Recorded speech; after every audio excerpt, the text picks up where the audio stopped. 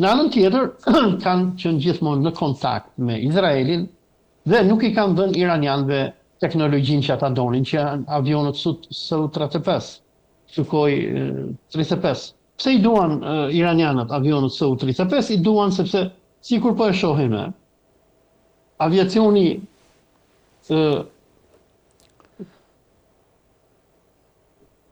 aviacioni iranian është Su-35, po. Aviacioni iranian është shumë i vjetër, kanë to avionët e viteve 70 kohës shahut, kanë edhe ca Miga edhe ca Sukhoi që janë versionet vjetra, dhe për çfarë vuan Irani në këtë moment është një aviacion i cili mund të përballet me këta F-35-at që rusët nuk ja kanë dhënë. Por dalim tek Putini. Deklarata e Putinit ishte shumë domethënëse, sepse rusët, nga që sikur thot populli, janë djegur nga qulli edhe tani i fryn kosit, nga që u dogjën në Siri me Asadin, ku ata investuan shumë në Siri dhe e panë që ushtria e tratoi Asadin dhe populli nuk e mbajti, ata i kanë përdorur këto 6 ditë për të shikuar se si do të shkojnë punët.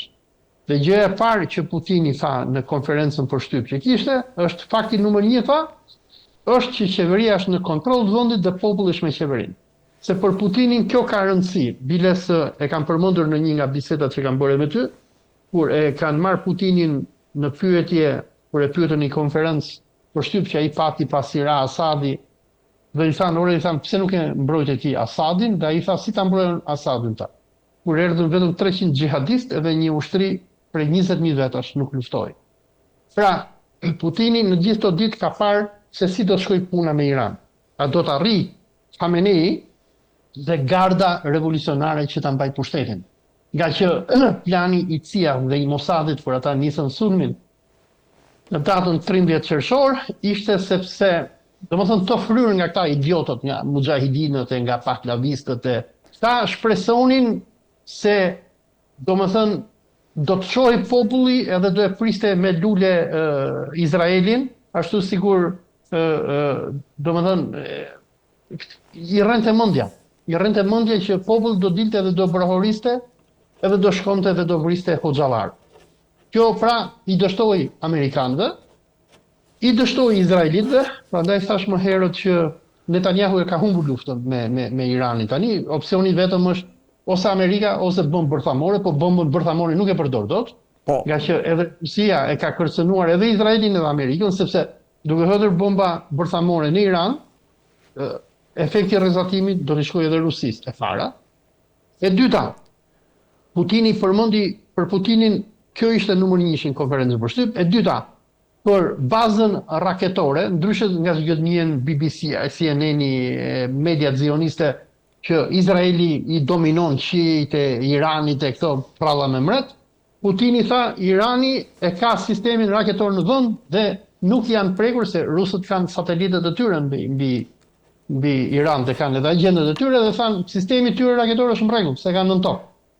Pra, 1, populli është me imamin, me Khamenei, 2, ushtria është në kontroll dhe 3, arsenalin e kanë gati për goditur.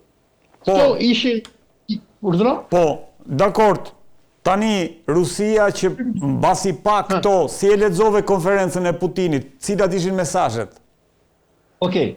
Tani mesazhi ishte ky, se Putini faktikisht e ka marrë Trumpin përpara 2 ditësh në telefon, se si duket spionazhi rus do ketë kuptuar që ndoshta Netanyahu do përdorë bombë atomike, Allahu e di se çka kanë përgjuar rusët, dhe ka folur për 50 minuta me Trumpin. Ku në këtë 50 minutë ndoshta ai do t'i thotë Trumpin që mos bëni ai idiotësit, përdorni bombën bërthamore, e që ne do hym konflikt. Ndërsa në konferencën për shtyp që pati sot, Putini po luante burrin e ndershëm, kupton?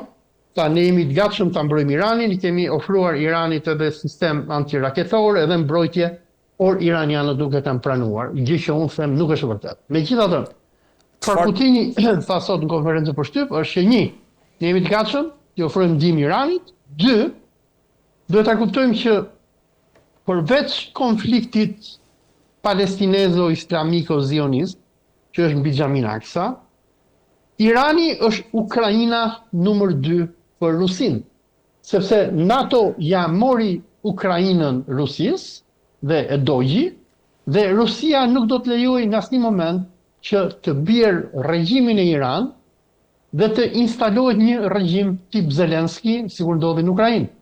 Sepse duhet të kuptojmë diçka, që Irani është vend kufitar i Rusisë. Tani që Rusin e izoluan nga Evropa, Rusia po investon gjithë ato para për të ndërtuar atë hekurudhën e tij me Iranin për të dalë në portin e Çabarit, ku nëpërmjet këtij porti, ja kjo është edhe harta që po ma nxirni ju, ku nëpërmjet këtij porti Rusia do të bëjë tregtim me botën.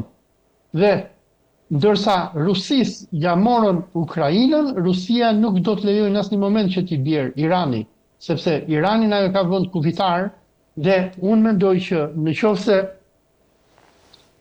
regjimi në Iran do arrijë një pikë kritike që do të jetë gati për të rënë, ose ndërsa nëse amerikanët do bëjnë diçka që do sjellë rrozimin e regjimit, unë dyshoj që rusët do ndërhyjnë ushtarakisht që ta mbrojnë regjimin, nga që është thjesht kalkulim geostrategjik.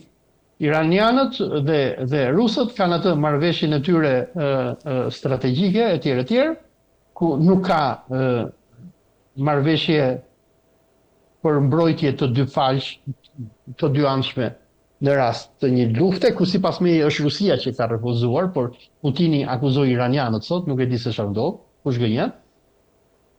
Por Rusia nuk do të lejojë në asnjë mënyrë që të bjerë Irani, dhe në këto ditë, sidomos sot edhe dje, Ministria e Jashtme ruse, Maria Zakharova, Lavrovi, të gjithë kanë denoncuar Izraelin si shtet agresor. Pra, Rusia po shpall armiqësi të hapur kundër Izraelit për ato që po bën kundër Iranit, por unë mendoj edhe nga deklaratat e Putinit që pati sot, ishte që Putini ishte i kënaqur me ato që po ndodh në Iran, nga që iranianët e kanë nën kontroll vendin, godasin Izraelin. Shqetësimi i vetëm që unë mendoj rusët mund të kenë në këto momente është një sulm masiv anglo-amerikan, i cili mund vijë në orët në vijim kundër Iranit, ose dy, nëse Netanyahu çmendet dhe hedh bombën bërthamore.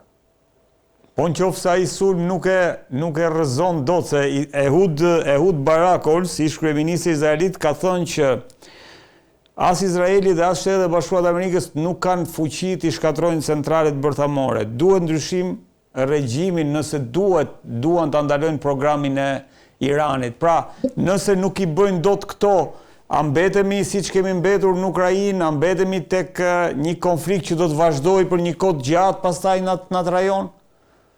Jo, unë sigur e kam thënë edhe në për emisionet të tjera, është që Netanyahu i ka bërë dhuratën më të madhe regjimit islamik në Iran me këtë që i bëri.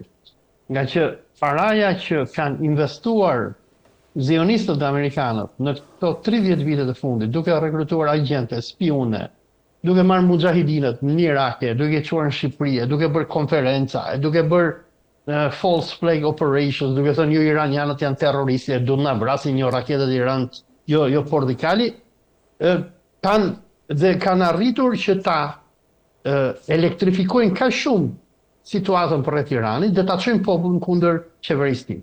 Por me këtë bombardim që bëri Netanyahu, duke vrarë njerëz të pafajshëm, i ka bërë që të gjithë iranianët të rreshtohen përreth plamurit dhe qeveria iraniane sot është populli është rreth udhëheqësit. Në Iran është pak a shumë se ti edhe unë redi jemi të vjetër, domethënë kemi lidhur në kohën e komunizmit. Ne dim se si ishte populli shqiptar në kohën e Enverit. Kishte inat partin, donte blente Coca-Cola e Blue Jeans e tikte në Itali, por në rast se do ta sulmonin imperialistët Shqipërinë, gjithë do merrnim pushkën e do shkonim nëpër bunker, mbronim Abdeun. Dhe një minutë, dhe kjo, po. Një pyetje e fundit se e kam kështu me minutë. Për BRICS-in. E kisha këtë pyetje, duke qenë se Irani është pjesë integrale dhe nga më të rëndësishmet e BRICS-it, dhe ku sigurisht është edhe Rusia, edhe Kina, a lind le të themi, ndonjë e drejtë për anëtarët e tjerë të BRICS-it për ta mbështetur Iranin në rast të një agresioni, dhe këto ta bëj pyetje për qytetarët që po na ndjekin, se shpesh njerëzit BRICS-in e lidhin me NATO-n.